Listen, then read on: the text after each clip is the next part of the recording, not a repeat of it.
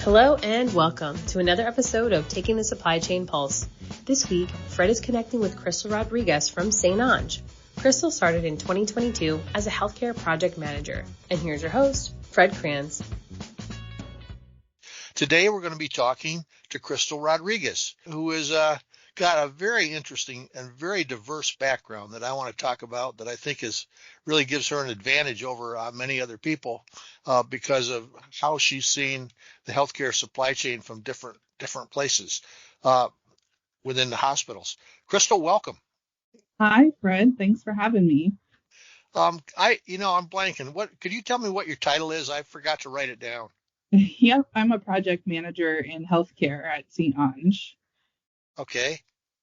And tell the people a little bit about your background, because you have a very diverse background. And I think I want to get into that and talk about how your background has helped you do your job now. So tell us about your background, if you would. Yeah, so, when I was little, growing up, I always wanted to be a nurse. And every year my family would take a trip to a local amusement park, and we would pass this level 1 trauma center that I would always say, I had I was like 4 or 5 years old. I had no real idea, but I would always say, someday I'm going to work there and I'm going to help people. As I got into high school and wanted to pursue this career in nursing or healthcare, I realized I really couldn't handle bodily fluids. So I pivoted, thought maybe physical therapy would be an opportunity for me to pursue, and I fainted on my first patient seeing before I even saw the incision. So I knew I needed to rethink my strategy in regards to how I was going to participate in healthcare. My dad was an accountant, so he encouraged me to pursue that path. So I started college as an accounting major, but quickly realized, that wasn't really the path for me. I switched over to a degree or a pathway for business and art. I also considered interior design for a moment. All of those kind of helped build my path to where I am today. And so I don't think if I wouldn't have gone that path, I wouldn't be where I am. But all of that was meant to happen to get me to where I am today at St. Ange. So out of college, I landed a role as an assistant store operations manager at Staples. Worked in retail operations for a couple of years, but wasn't feeling totally fulfilled. Still had that desire to be in healthcare. So got my foot in the door at that health system that we used to pass, that level 1 trauma center. Quickly advanced to a couple different roles there. Started out as a surgery scheduler, transitioned to an OR support coordinator, and then a value analysis facilitator, and then a supply chain healthcare project manager. And it was really through those last 2 roles, the value analysis facilitator and the supply chain project manager for that health system, that I really found my true calling and what I wanted to do for the rest of my life.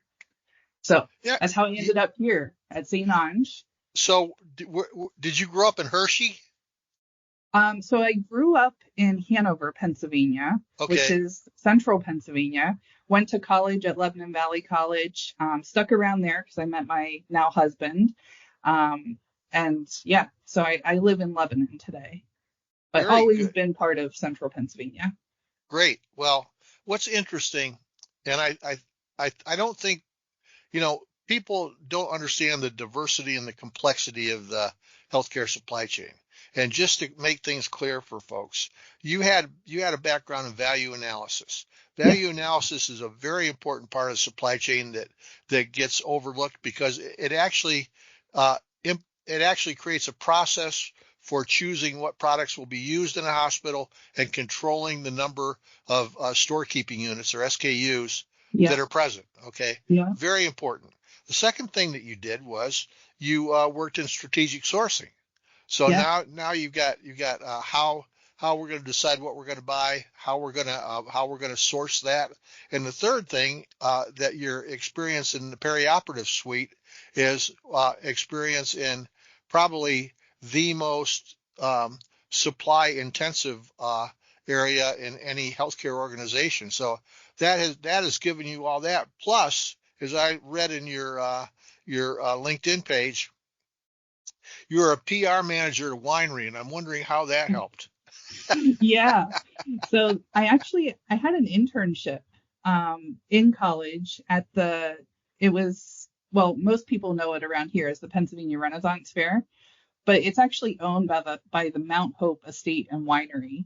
And so as a business major in college looking for an internship, they were looking for a public relations manager, which seemed like a good fit for me. I was interested in art and theater and things like that. So that's how I ended up there. And then I did such a good job for them. They offered me a full-time public relations manager role, fresh out of college from there. So that was actually my first professional job, was public relations manager at the Mount Hope Estate and Winery. So you've had a rich background. I mean, not even talking about your experience at Staples, where you were a professional in copying and stuff like that too. So I mean, Yeah. you really have a well-rounded picture of things. Okay, so now that you're here, what types of assessments are you involved in?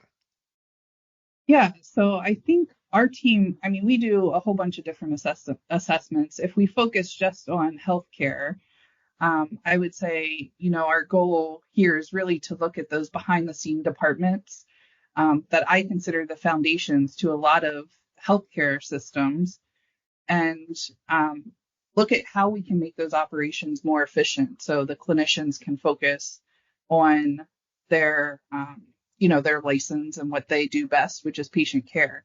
So some of the assessments that we've done have been in sterile processing department, supply chain operations assessments. We do some assessments to look at how space is being utilized. So not even just operations, but just how space is being utilized. We'll look at staffing models. We'll also take a look at how technology is supporting the enterprise as well, and if there's any opportunity for improvements there. Yeah, and this is just an opinion because I don't think you can get any facts to support it. But how many times do you walk into places where you find things that have just grown over the years from whatever they've been doing just to make things work, and that have never had any oversight or actually insight into what they're doing to see if they could improve operations? Yeah, I would say every single place that I walk into, that's what we find, right? Because I think a lot of times these support services departments within the hospitals, they're just so reactive to maintaining everyday operations that they're not really taking time to step away, look at what they've collected, or look at how they can make things better. And it's just there, right? It just grows over time. That's just what happens. That's just the nature of the healthcare support service beast. Yeah, I think you and I talked a while ago, and you were talking about a supply chain assessment you were doing where you found 108 separate par level locations in one hospital. Is that correct? Oh, yeah, that is correct. So that was for a health system that we were looking at in, I would say, New Jersey. So the reason we got called in for that assessment was because they had 5 hospitals that they were managing within the health system. They were acquiring 2 additional hospitals that would now be under their health system branding. And they were struggling with standardizing supply practices across locations. So we went into each one of those facilities, including the 2 new ones that they would be taking over, looked at their supply operations and how things were being moved throughout the building, how they were being managed. And I would say it's pretty typical to see a supply room per inpatient care unit. At this particular hospital that we were at on this visit, there was like 3 or 4 supply rooms for one inpatient care unit. And the reason that had happened was because the room was not initially space conducive to what they needed it to be. And so they kept finding these holes to shove some more supplies in that their supply chain could manage. And this quickly turned into each inpatient unit had 4 or 5 different supply closets, some of them not even within the inpatient unit proper, so they could just keep supplies stocked for that location. So that was definitely one of our recommendations from the assessment, was for supply chain to be involved with some of the pre-planning that was happening when they were looking at building a new unit or building a new hospital or a new tower, making sure supply chain was at the table and had some insight or decision making in regards to what supply space was needed. So they didn't have 4 or 5 different supply stocking locations for each inpatient unit, and they could have 1 or 2 rooms that made their process much more efficient. Yeah, and you set this up by saying that this was a system that was acquiring more hospitals and it was growing, and Yep. it shows this time to do an assessment. And my feeling would be probably that had it not been growing, had there not been a strategic operational reason for doing it, the stuff Yeah. probably would have continued to go on without oversight. And as long as nobody was complaining and as long as no one was running out of stuff, everyone would think they were doing a good job. Is that fair? That's fair. Some of it also came up with, so the largest facility for that particular health system, they were building a new patient tower, and we were fortunate enough to be involved with that and had some ideas in regards to what the supply room should be like. The person that we were working with was a facilities and construction planner, but she was thankful that we were a part of that discussion because she acknowledged that the health system had not had that perspective when they were building a new facility. And she was the one that got us in touch with the supply chain team. And when we started talking, they're like, yeah, like we've been trying for a couple of years to get things standardized and be more efficient, but like our space is just not appropriately planned. And we're like, well, why don't we come in and take a look and see what we can do here? So we did that assessment for each one of those facilities, and we were able to provide some, I would say, not anything like astounding in regards to what's going on at each individual location, but we were able to provide some information about the gaps that we recognize to best practice that we see in other more efficient supply chains, and offer some recommendations that they could make now without any sort of construction that needed to happen. And we also use that information to feed back to their central distribution center that might turn into an additional project for us to help them plan for that distribution center and how that impacts their current operations at each one of these individual hospitals as they continue to grow and bring more hospitals into their health system. Yeah, and I write articles regularly, and one of the things I did was I reached out to our folks saying, give me some ideas for an article. And one of our folks, Chris Yoder, had come back with this question to explore: is bigger really better? With the growth of IDNs, do the bigger systems save money? And my answer in the article I wrote, which I haven't published yet, is no, better is better. Okay, doing things the right way is the most important thing, no matter what size you are. And I think that historically we have placed such a big emphasis on price, number one, for product. Number two, when you're doing your work and you're talking about either the need to optimize existing space or the need to optimize new space before it's built, the biggest key that you can have to doing that is an effective value analysis program that puts everything that's going to be coming into the organization through a process. How many times do you find that you're going into places on an assessment and you see that they don't have a strongly supported or strongly functioning value analysis operation? Yeah, I would say when I first started at St. Ange, it was every single facility that we went into. I do think that there's a level of maturity when you talk about value analysis and where the health system is. I think people are trying to become more clinically integrated and be more mature when it comes to that value analysis mentality.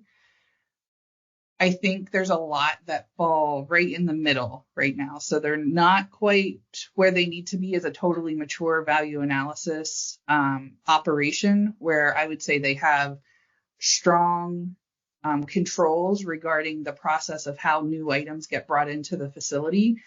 And then I would say there's a lot that are still in the very front end of that value analysis maturity, where they're only focusing on price, maybe some standardization and efforts. So there's a good mix today, I think, in regards to where they are on the value analysis maturity and where things need to go. Definitely come a long way. And I'd say, the 3 years I've been at St. Ange, which I think is great. There's a lot more activity around being clinically integrated and developing that maturity, as we've seen with COVID and requiring us to function a little bit differently in regards to how we thought about supply chain before. Before we dive back in, you may be asking yourself, is my supply chain future ready? At St. Ange Company, we don't just optimize logistics, we engineer smarter, leaner, and more resilient systems from end to end. From manufacturing to retail to healthcare, our experts bring decades of experience and cutting-edge strategies to transform your operations. Visit and discover how we're shaping the future of supply chain, one solution at a time. Yeah, in my opinion, the biggest change that has taken place toward supporting value analysis. I mean, value analysis for many places, they just ripped the name new products or product standardization committee off the door and put value analysis on it and never changed anything. Yeah. But with the biggest change in recent years has been that more and more physicians are employed by the healthcare organizations instead of working independently and leveraging them for what they want. Yeah. Is that fair to say? Yeah, I would absolutely agree with that. And I think, as the value analysis facilitators in the organization start changing their mentality and stop focusing just on price and seeing it more of a clinical benefit to the clinicians and becoming more clinically integrated, we see that transition to being more collaborative with the clinical staff and getting decisions that, are more efficient and more effective for patient care. Yep. Well, let's switch areas of focus and go to my favorite area of focus. The place that I think is the biggest single operating improvement opportunity in any health system, and the one that I can't imagine you could find one health system in the country that didn't need to have this function assessed and a plan built for it, and that is sterile processing. Let's talk about that. Tell me your experiences with sterile processing assessments, what you found, what kind of improvements you've been able to make, stuff like that. Yeah.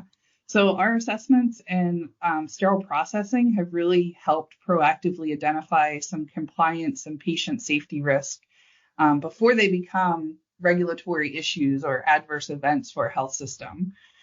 I would say, for example, in a recent assessment we did for a health system in the Northeast, we conducted a comprehensive review of their sterile processing department. And in that review, we identified gaps in compliance and key standards and guidelines, as well as deviations from industry best practices. And then with each deficiency that we noted, we directly mapped that to an applicable regulatory standard and applied it in a failure mode effects analysis, also known as an FMEA matrix, to help the organization prioritize those risks based on severity, likelihood, and detectability. This really gave the leadership a clear and actionable roadmap for mitigating those high-risk vulnerabilities for that department. This is, once again, I have to preface all these things. This is my opinion or my observation, is that until there's an event nothing is ever done in sterile processing. And the sad thing is that sterile processing events can be catastrophic. And the other thing is, and this is where I would ask for your experience, is that almost always the people that are leading the sterile processing function have been trying to tell their bosses and their leadership about the problems they have and the things that need to be done for a long time without those things ever being addressed because, resources are tight. Is that fair? That is fair. And I think a lot of times it's a team effort, right? A collaborative team effort. And those teams that are working with sterile processing, you have your clinical leads within the operating room, you have your service line leads, and then you have your sterile processing staff. All three of those groups of individuals and your physicians, are part of that as well. But all three of those groups need to work together in regards to the sterile processing or the reprocessing of instrumentation for patient care. And so a lot of times what sterile processing staff see or what the OR staff see or what the service line staff sees, they don't necessarily know how to fix it because it's not their level of expertise. So what we do as part of our assessment is we talk to each one of those groups. We understand the challenges that are being faced by each one of those individual groups, and then we help liaison and bridge those gaps between the departments to solution what needs to be fixed and prioritize what needs to be fixed first. So you see an impactful change to the process and improvement in patient care. Yeah, and I have seen. I know that I have heard stories. Okay, and I don't want to get geography. I don't want to be even close to being specific about geography. But I know that we have gone in and found places that were highly, highly received and highly appreciated healthcare organizations that had real issues in their sterile processing, and that us having been there has sort of produced immediate corrective responses that probably saved them from some really bad things. Is that fair to say? Oh, yeah. We're working on it's not really an assessment right now, but as part of the project that we're working on for a hospital in the Midwest, they're working on consolidating a couple of sterile processing departments that they have on campus to a single location. And we had the opportunity to go on site and visit each one of those. And some of the things that we were finding or noticing, we would bring up and we would say, well, why are you doing it like this? Or what's prompting this to be done this way? And what we were learning from some of the staff is, well, this is just the way we've always done it. So that's what we don't really know anything different. Right. And I think that's some of the value we bring because we get to see sterile processing departments all across the nation, even internationally. And we get to share that information with some of these teams as we go in there and say, well, what if you did it this way? Or what if we, looked at best practice for this particular process? What would that be? And how would that be different than the way you're doing it today? And, particularly this one location that we were just in, we were able to provide them with documentation from the manufacturer of their equipment saying, the practice that you're doing was completely acceptable many years ago, but they've upgraded their equipment and you now no longer have to do that particular practice that this health system was doing because the equipment now accounts for that change in practice. Wow, they must be a pretty well-off system because in my experience, the sterile processing equipment didn't get upgraded until it died. Well, yes. So I will say that at the same health system in one of their sterile processing departments, they had equipment that had Y2K stickers still on some of the equipment. So that's not surprising. Yeah, so I will say that the equipment upgrades were not consistent across all of the locations, but the one that we were talking about, yes, the equipment was now pretty new for that location.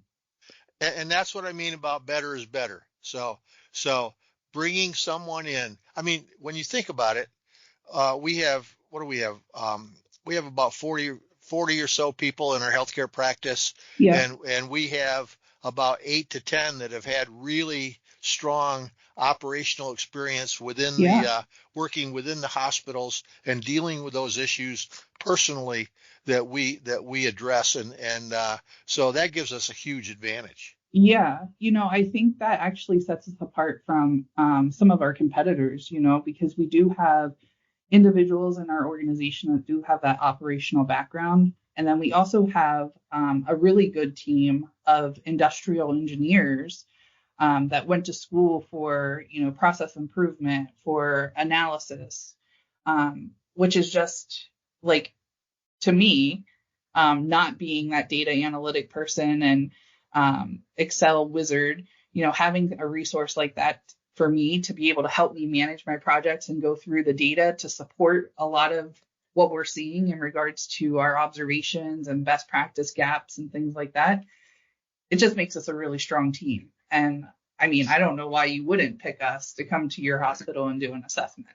Yeah, I don't know why you wouldn't, pick someone, because a lot of people they never do it. But the thing that gets me about the industrial engineers is they like doing that stuff. They love doing it. I mean, they're doing. I remember a weekly meeting we had about a year ago where they gave us all the same scenario and put us together in teams to figure out how to properly use the space in this, and there were like 40 people just getting all excited about where this is going to, and I'm going, wow, I never had the training or the expertise, or would even have thought to think about the things that these guys bring with them every day to work. So it's pretty cool. Yeah. And that I would say that in itself is worth the cost savings and return on investment for these health systems that are looking to align with their strategic goals. Yep. I feel like at this point, many health systems have already captured, that low hanging fruit in regards to cost savings and simple, I'll call it simple supply chain standardization. And so what they need, or what we need as a community, right, supporting our healthcare industry, is we need those complex and strategic opportunities that we can find through data analysis to reduce waste, improve flow, optimize space, optimize labor in regards to processes, to uncover those deeper cost drivers and prioritize, sustainable high impact improvements that our industrial engineers are able to help us find through data analysis. Yeah, well, Crystal, I appreciate your being on board today on the conversation, and I think you shed a lot of light. And the reason that I was specifically wanting you to be involved in the conversation is you've done the work, and you've done the work yourself. When people try to identify with a customer, well, it's always best if you can identify the customer because you've been the customer too. You've been the professional that you're working with, and I think that brings an added level of insight that just the industrial engineers by themselves wouldn't have, and certainly even you without the industrial engineers wouldn't have the ability to multiply your abilities to make things come out with positive solutions. That's great. So yeah. I always go back to this, and I feel like my drive to want to be a nurse or clinician when I was really young has really helped me become the strong project manager that I am today, because everything I do or everything I look at in regards to healthcare and wanting to make it better is so those nurses and those doctors can be able to work at their highest level of license and provide patient care.